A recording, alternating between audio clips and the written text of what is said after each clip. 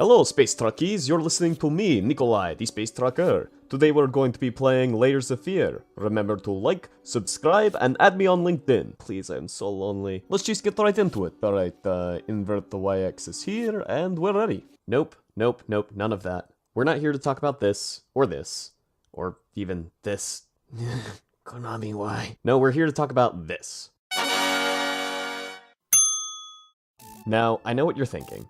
Hey, Alessandra, we haven't seen or heard much of anything since you went to PAX East and blew a bunch of money on those free posters you handed out. What's up with that? Huh? Well, there's a lot of reasons I could give. Between graduating, job searching, the upsetting amount of time I've spent playing Destiny. But what matters is that QuestQuest is gonna get released. Eventually. So until then, I thought I'd show some of you what we've been working on. Besides the dating sim and super secret project. So let's start with the soundtrack, and this is something that I personally haven't been working on. It's Fizz Fonte. You can see the link to his SoundCloud on this video, like and subscribe. And essentially, he's been working his butt off, making one of the most ambitious soundtracks for any indie game I've ever seen. So, for example, you know that moment at the beginning of every RPG where you've just gotten into the first fight, and the music starts playing and you get all hyped, and you're just like, hot damn, this music's great, I feel like a hero, and you just get into it. And then you get to the 10th or 20th fight, and the music's still good, and you're just like, wow, alright, like, I can get into it, like, this is definitely my favorite song in the soundtrack. And then you get to, like, the big, huge boss battle, and he's got laser eye stuff, and one-hit KOs, and, like, a new element that you've never seen before, and it's still the same song playing. The same song.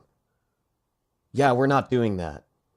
So what Fizz has done is he's composed this really varied and extensive soundtrack for each of the different zones in the game, and I sort of just throw at him a couple of keywords and sometimes an instrument, and he just makes magic happen.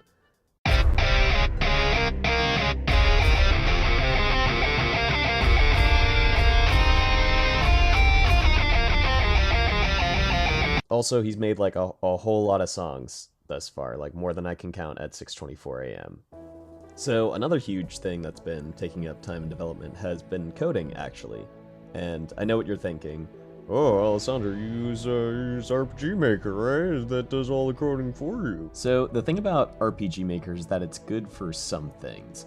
While it makes things like dialogue and item management a whole lot easier for me, it still lacks some key features that I would like to see in QuestQuest. So this has meant I've had to turn to plugins, tweaking plugins, and writing my own plugins when it comes to things like having a quest log, getting certain characters to only show up on the weekends, or just getting the world map to look right.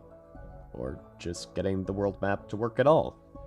I even had to break some of the main script and am now stuck in the 1.5 version of RPG Maker. But ultimately, the benefits outweigh the costs here because it just makes writing and asset management so much easier. Which, by the way, let's talk about assets. So here's a quick look at the work-in-progress map and all the zones that are sketched out for it. Each zone and major faction gets a file that looks a little something like this.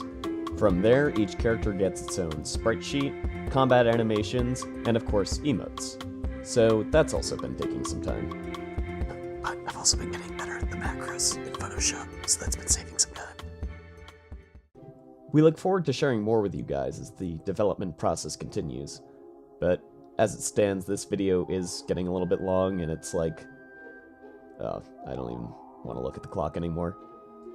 But we'd like to thank all of you for your continued support, and hope to be giving you more information about QuestQuest soon.